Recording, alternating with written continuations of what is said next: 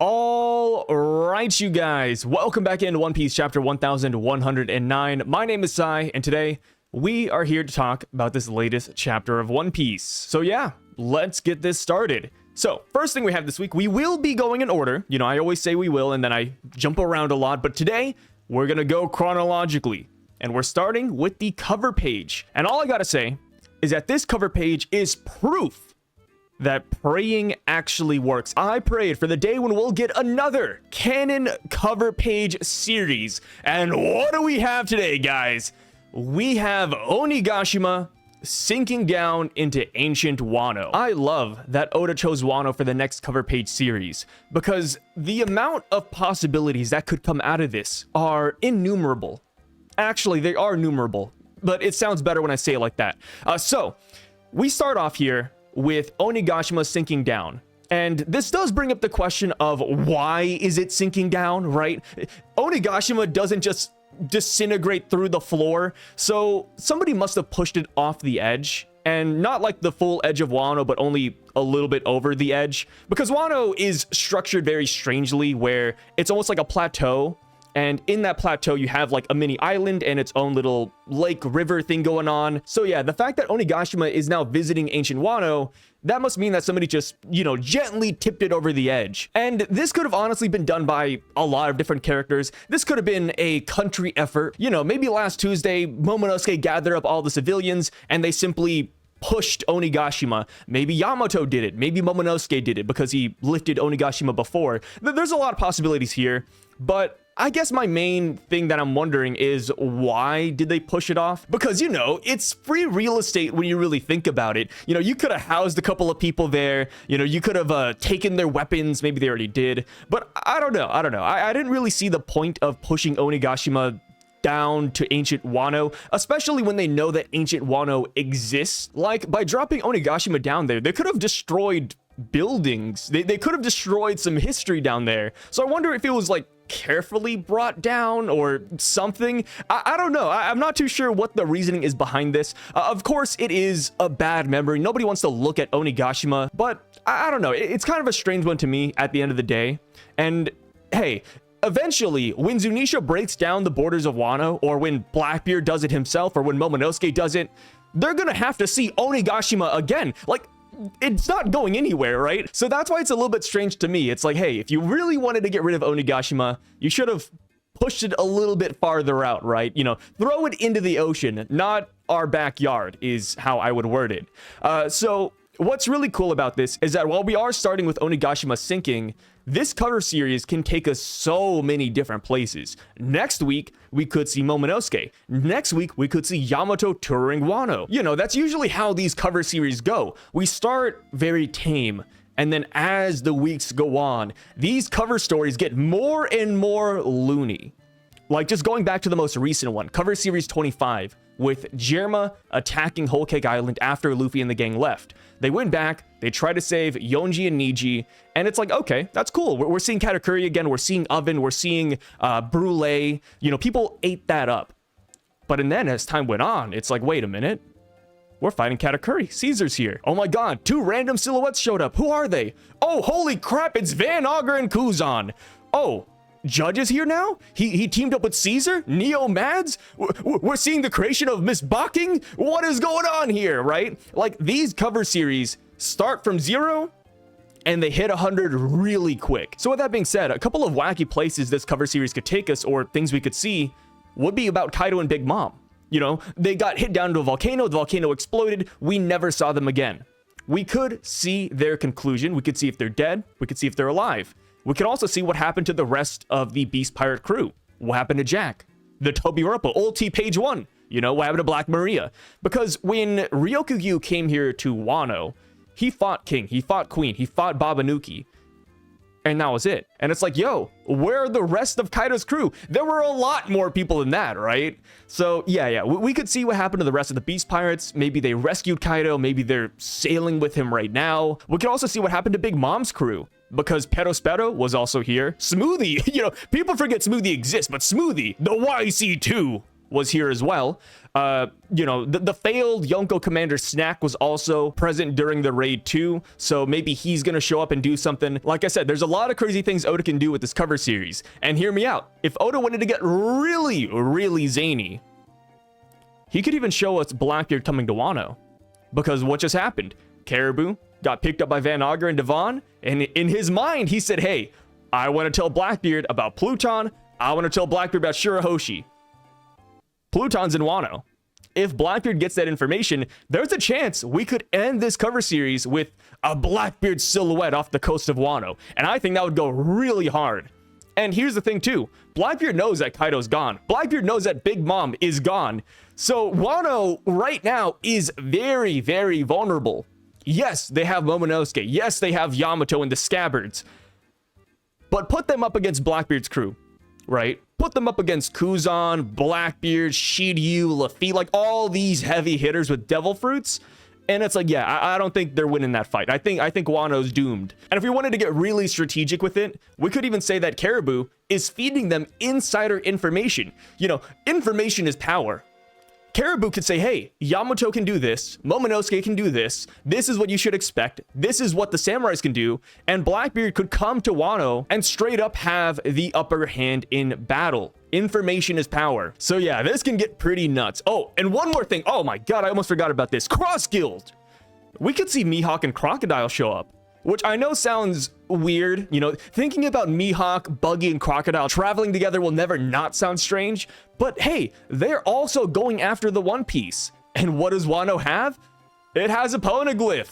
So yes, I think there is a chance we could even see characters like them make an appearance in this cover series. If I had to take a pick on who's the most likely candidate to show up during this cover series though, from outside of Wano, I think I would put a lot of stock on Blackbeard being the character. And the reason why is because of when and where this cover page series started.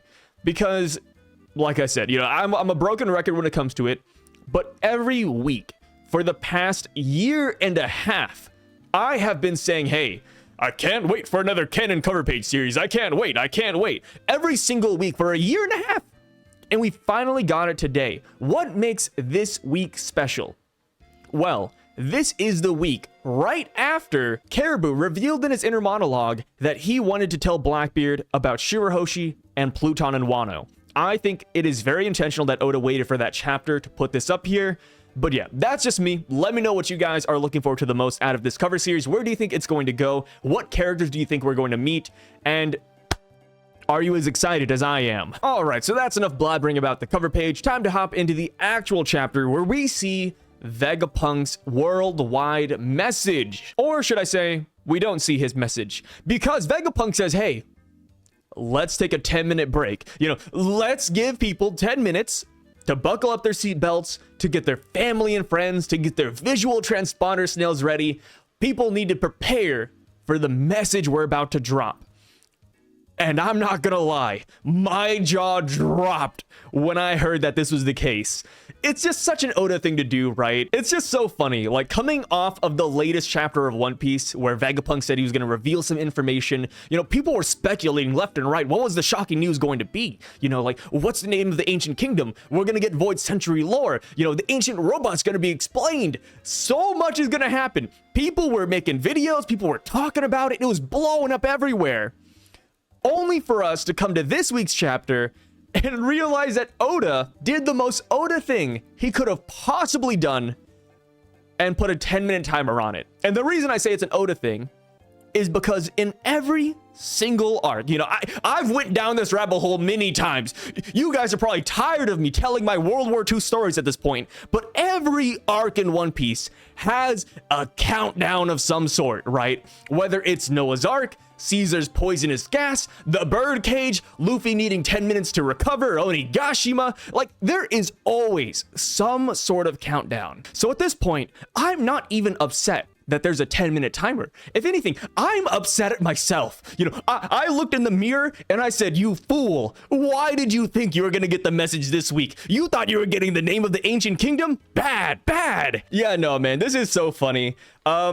I'm glad that Vegapunk intervened because Shaka wanted to wait an hour, you know.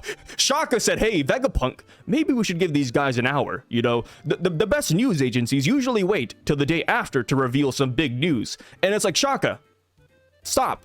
You're not logical. You are not the Vegapunk I thought you were, you know. Like, and the funniest thing too is that when you think about time in anime, it's always so skewed. Like, no joke, 10 minutes in a manga can literally be stretched out to chapters and chapters, right? You know, 10 minutes can end up being 20 chapters if the author does it well. You know, we could switch perspectives. Maybe these characters moving at the speed of light. Like, yo, 10 minutes is not to be underestimated, let alone an hour if we listen to Shaka. So yeah, you know, it's hilarious that this is the case. And there are a couple of things I do want to talk about with this though. First up is that in the third panel of this chapter, you can actually see Vegapunk's heart monitor from last chapter, and it is completely flatlining. So as it stands right now, I am 99.99% sure that Vegapunk is dead.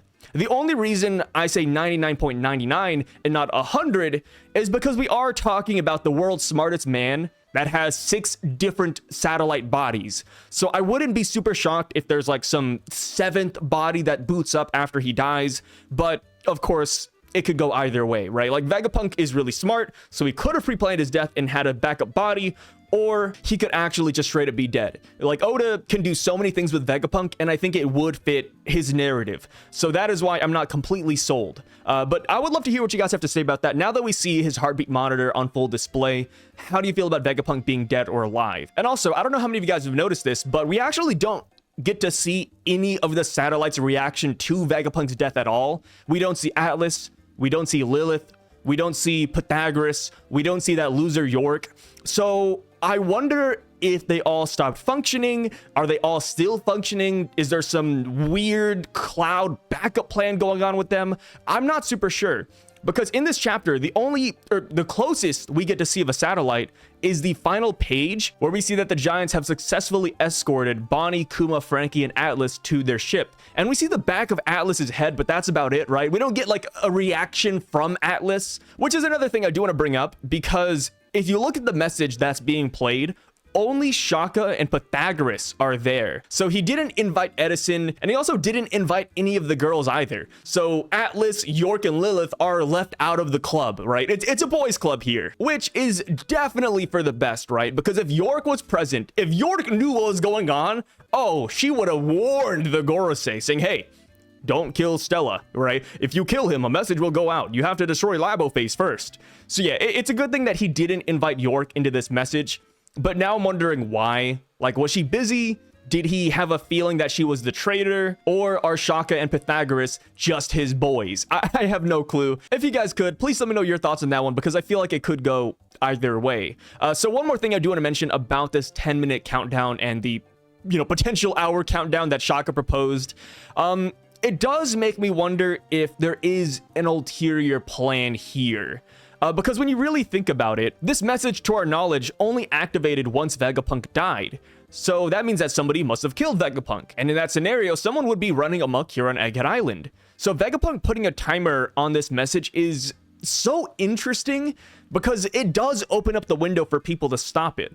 And, you know, Shaka and Vegapunk talk about it in this chapter, saying, hey, you know, the chances of somebody stopping it in 10 minutes is very, very low. And it's like, okay, that's cool, but I mean, Kizaru, Saturn, all of the Gorosei, Lucci, it's like, yes, the possibility is low if you were killed by a rando, but we're talking about the world government here, right? Surely Vegapunk would have thought that the world government would bring their finest out here to stop the message, and not to mention, there was no guarantee that Luffy and his crew would be here, or that someone would be here to defend the message. And hell, Luffy and the crew aren't even defending the message. Like, no joke, Chopper, Usopp, and Nami have no clue that Vegapunk is dead. Brook doesn't know, Zoro doesn't know, Jinbei doesn't know. Like, there are so many characters here that just do not know what is going on with Vegapunk. And from the sound of it, they don't even know about this message. So the chances of the Straw Hats defending this satellite signal that's broadcasting the message is very low because he did not tell us. You know, Luffy and the gang are still thinking about escaping. It may sound like I'm complaining about this, but I'm actually not, because I do think this does open up the door of possibilities. It opens up the door to Narnia, because I do think this could be very beneficial for the Straw Hats, and this could even be a major Vegapunk W depending on how this plays out. So let me list off a couple of possibilities. One, let's say that the broadcast is coming from the Labo phase like Saturn is suggesting. That would mean that all of the Gorosei that are just about to show up at the end of this chapter are going to be focused on stopping the broadcast. Saint Saturn, Kizaru, everyone, their main priority shifts from killing the Straw Hats to stopping this broadcast, right?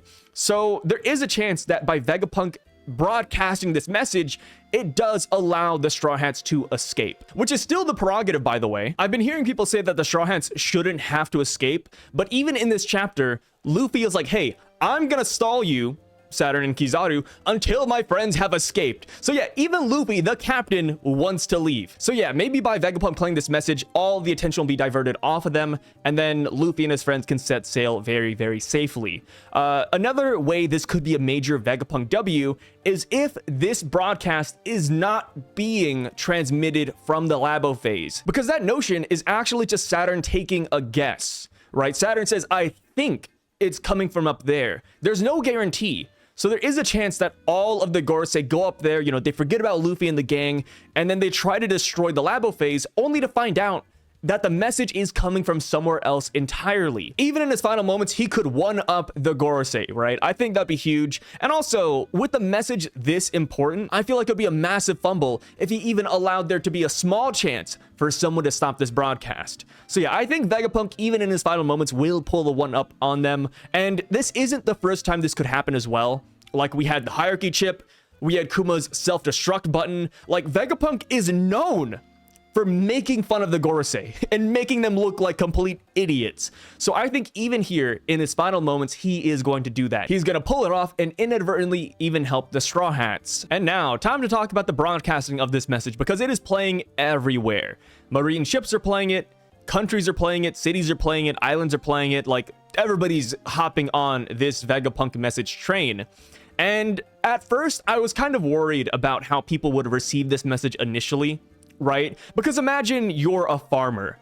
You're chilling on the ranch one day, and then your snail comes to life. And it's like, hey, attention, it's Vegapunk. I have an important message for you, right? I was worried that not everyone in the world would be receptive of this. But we come to find out in this chapter that my fears were misplaced, because everyone and their moms are eating this message up. Vegapunk's name and legacy is so highly renowned that everyone is just looking forward to it. They're like, hey, is this a new invention? You know, what is he gonna tell us? I'm excited. Like, dude, islands are just looking forward to it. And I can't think of a single person in real life who has this type of weight behind their name, right? Because I guarantee you that half of the people receiving this message haven't even met Vegapunk, but they know of his creations, they know of what he has done, and they're just excited. And boy, do we see a lot of people here. The most notable ones, of course, are the Dressrosa citizens with Rebecca, Kiros, Tank, and Leo. We get to see Whoopslap from Fuchsia Village. We see Iceberg and his new secretary as well.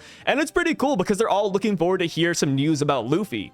At first, when I read the Iceberg panel, it seemed like he was very dissatisfied. He didn't want to look at the news, but no, that's not the case at all. I forgot Iceberg is kind of like Joe Biden. He's just always really sleepy, but don't let that fool you, because Iceberg means business. So Alice is like, hey, Iceberg, as per your request, all the docks are playing the message, all the civilians are gathering by the plaza, and the TV's being prepared in the next room. Like, yo, these guys are taking this message seriously, and I absolutely love that. And also, going back to the Rebecca portion real quick, it's nice to see that Leo has made it home safely, because that was something I was worried about back when we had the Reverie, because Leo and Sai did this dual attack and slapped St. Charlos down. And because of that, St. Mosgard got executed by Figarland Garling. And I was kind of afraid. I said, yo, we didn't see Sai and Leo leave. Did they make it out okay? Or are they suffering the same fate as Mosgard? Or is Garling, you know, holding them prisoner? Turns out no. Leo and Sai actually managed to escape. Of course, we don't see Sai in this chapter, but if Leo made it out, I think Sai made it out as well. And also, this is confirmation that the Grand Fleet are not coming, right? You know, remember that? Remember when everyone was speculating who would come to Egghead Island to help the Straw Hats, and, you know, the Grand Fleet was pretty high up there? Nah, dude, they're not even mobilized. They're just reading the newspaper with bated breath. It's actually kind of insane. But we go down a little bit further, and, you know, speaking of people who are not showing up, we see that Dragon, Sabo, and the Revs are still at their base as well. Which, for Dragon and the Revs, it was always kind of iffy. You know, I had a good feeling that Dragon was going to come because of Luffy and because of Vegapunk. Not the case. I was totally wrong. But at the very least, I thought that Sabo would want to come, right? Because Sabo was like, hey, Luffy, if you were ever in danger, I would show up. I would drop everything and go because I don't want another Ace situation to happen. But here he is, you know, Sabo's chilling. Maybe they just have a lot of faith in Luffy, right? Luffy is barricaded as per the newspaper states. He's not exactly on death's row, so maybe that is the reason why. But yes, it looks like none of these dudes are coming. But of course, things could change by the next chapter depending on what Vegapunk's news actually is. Like, I feel like once this news drops, I mean, no exaggeration, I'm sure everybody feels the same way, but the North Blue, East Blue, South Blue, West Blue, all the people we see in this chapter are going to be up in arms against the world government, or at least wanting to join the Revs, or, you know, something of the sort. Because whatever Vegapunk drops here is definitely going to change the world, especially if he has ancient kingdom knowledge. But yeah, there's a lot going on here, man. The implications of this chapter are massive. Also, random side note, but one thing that just really clicked in my head in this chapter is that different time zones exist in the world of One Piece. We've seen instances of that before, but never have they been stated multiple times in one single chapter. And that's what happened here, where Big News Morgan said, hey, Vivi, look at the clock. It's not the same as this one, right? We're in two different time zones. And then we cut to Water 7 and it's nighttime. And then on Egghead Island, it's like the afternoon or something. So it's kind of cool that we get to see that this really is news that is spreading across the world. And also, speaking of implications, you know, because I talked about different islands wanting to be up in arms after they hear this message, one reaction that I'm really looking forward to the most, like out of everyone we saw in this chapter, I think what I'm excited for the most is the Marine reaction. Because just imagine what would happen if Vegapunk's message paints the world government in a really bad light. Because as it stands, the Marines are working hand in hand with the world government. But I doubt every single Marine wants to, right? Fujitora doesn't exactly like them. Akainu doesn't really respect the Gorosei. That is just the system that they're working with. So if they learn that the world government is evil, or, you know, even more evil than they have already been, or if they learn that there is no true democracy and that Emu, the one true king, actually exists, what would happen to the structure? Would Marines want to quit their jobs? Would Marines be up in arms against the world government? Because the implications of that could be huge. We could have more Marines wanting to join Sword. We could have some Marines defecting to the revolutionaries. We could have Fujitora making a crazy move. Yeah, there's a lot of things this message can do, man. I'm really looking forward to it, and I'm looking forward to the fallout. And based on how many people are receiving this message, I do believe that this right here is going to be the shock of Egghead Island. Yes, the Gorosei are crazy. Yes, Luffy destroying them is crazy. But I think Vegapunk dropping Ancient Kingdom lore on the world is going to be the shocking revelation. One last thing about this message before we move on to Luffy versus Kizaru and Saturn. But this isn't even slander, you know, don't take this out of context, guys. You know, Dragon fans, don't come after me. But I do think it is really funny how we get to see Dragon's reaction, and we get the classic ... and then all he does is remember when Shaka said, I think I'll be dead soon. Because what Dragon says after that is, Vegapunk, that's not a funny joke. So it makes me wonder, like, did Dragon actually think Vegapunk was joking? Like, I really do wonder what is going through Dragon's head right now, right? I don't know. Dragon is a funny man, and I cannot wait for the revolutionaries to finally make their move. Because when Kuma blasted off to Egghead Island, Dragon said, hey, Kuma, we're just getting started. Where are you going? And then here we are many chapters later, and they're still preparing to make that move, man. I'm excited. But hey, this Vegapunk video, like I said, depending on what they say, this could actually be a great recruitment video for the Revs, right? Like I said, Islands would want to join Dragon. Marines would want to join Dragon. Like, maybe this is the plan. Maybe Dragon is cooking by standing still. So now, back to Egghead Island. Luffy says, hey, looks like my punches don't actually damage you, while he looks at Saturn. And what he does is he flips back and then he slaps Kizaru and Saturn and flattens them like a pancake. And then, to add insult to injury, Luffy starts fingering Kizaru and Saturn. And it's like, brother, that doesn't even do any damage. At this point, Luffy is just memeing on them. He's laughing at them. It is a great time. It is a great time. I think what would have been the icing on the cake is if Luffy had like blackened hockey lightning fingers. I thought that would have been hilarious.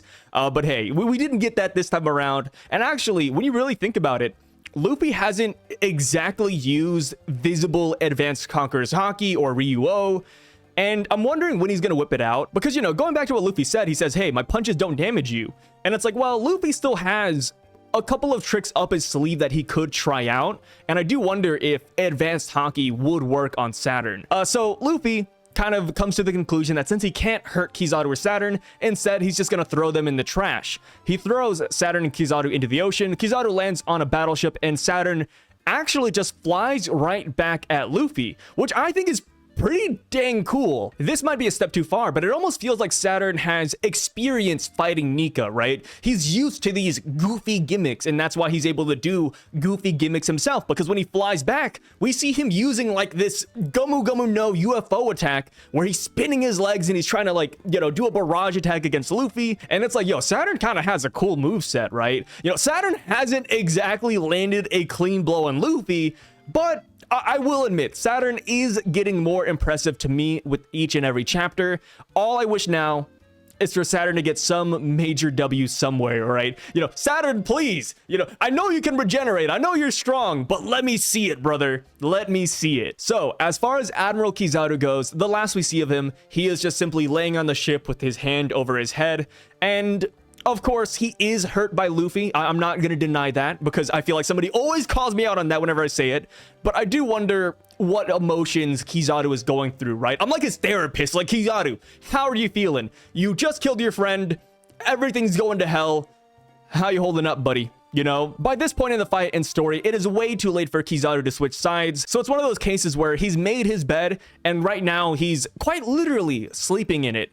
So yeah, I am wondering what Kizaru is going to do here in the near future. What are his emotions going to be? Does he have an awakening, right? So in my personal opinion, if Kizaru were to hop back into the battlefield in any meaningful way, it would have to be with an awakening of some sort, right? Because Kizaru right now is just getting slapboxed by Luffy every time he tries to attack him. So yeah, we go down a little bit and we see that the Gorosei have been communicating with Saturn this entire battle, which is pretty cool. It's kind of an ability that really catches a lot of people off guard. Is this like advanced observation? Is this some Devil Fruit power shenanigans going on? Is the Emu connecting them to a Discord call? I have no clue. We'll talk about that later. But the main takeaway of this is that there's not enough time left. You know, Saturn himself cannot handle Luffy and destroy the broadcast in 10 minutes. So Saturn says, hey, if that is the case, then I shall summon all of you. And then we see Saturn go down on the ground, put his hand down, and we see 4 dark black magic circles pop out. And it is freaking awesome, man. I am excited to see what these guys have in store for us next chapter. And here's the thing. We're gonna see what all their forms look like, man. You know, when Saturn first arrived, he didn't show up as an old man after the circle appeared. No. He instantly showed up as his transformed self. So next chapter, you know, we didn't get the message this chapter, but next chapter, I feel it. It's gonna pick up where we left off, and we're gonna see all of the Gorosei forms. So if you want to speculate as to what they are, now's your last chance. You know, better get your ballots in, boys. We got 1 week left until we see what the Gorosei truly are.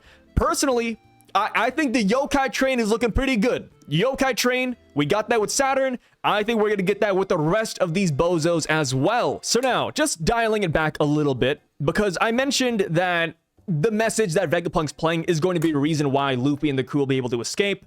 And that's all good and dandy, because that's what I believe is going to happen.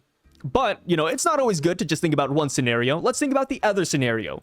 What will this look like if Luffy and the boys say, hey, let's fight these old people.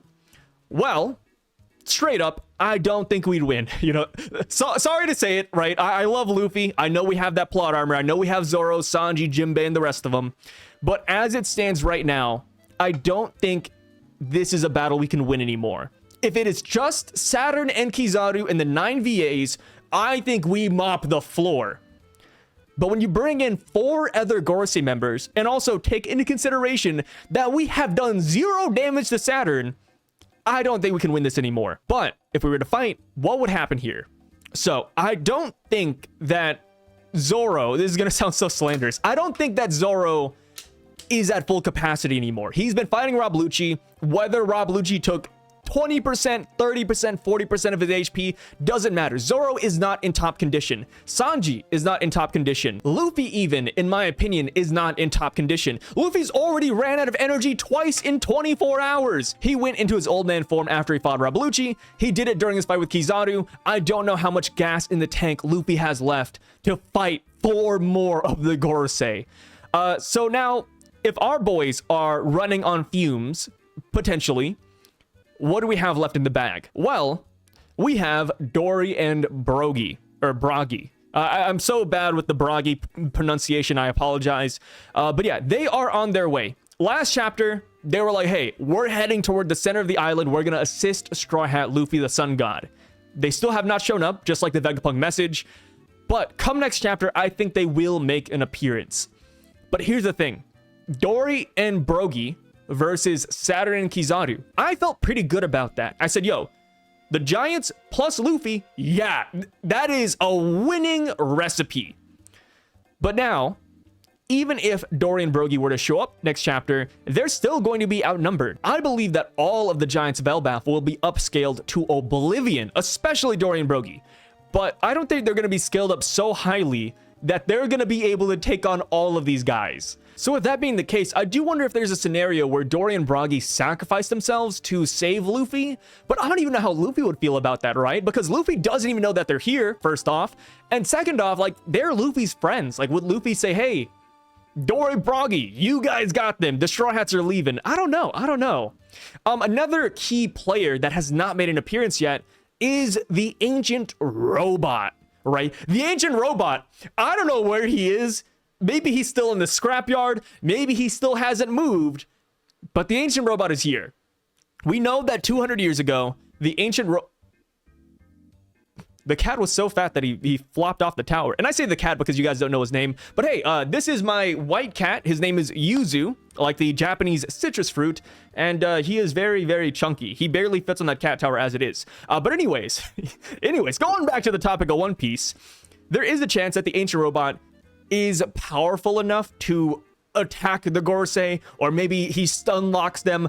I'm not super sure, but I guess that's like our best unknown factor on our side right now. But yeah, that is just my humble opinion. Please let me know what you guys think about this chapter down below. Do you like this chapter? Do you hate it? Let me know any and all thoughts, and I will catch you guys on the next video. Sai, signing out.